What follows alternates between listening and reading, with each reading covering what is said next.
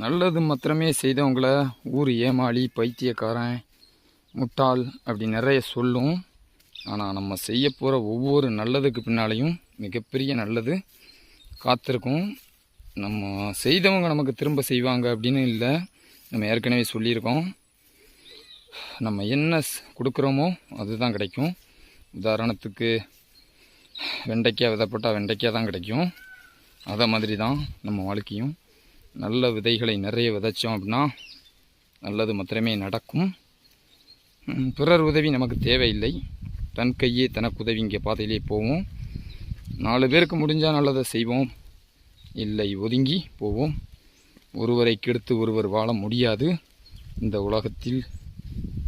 இந்த அளவுக்கு சொல்கிறதுக்கு நம்ம ஒன்றும் பெரிய ஆள் கிடையாது. நிறைய அனுபவம் பார்த்து தெரிஞ்சுக்கிடுறோம்.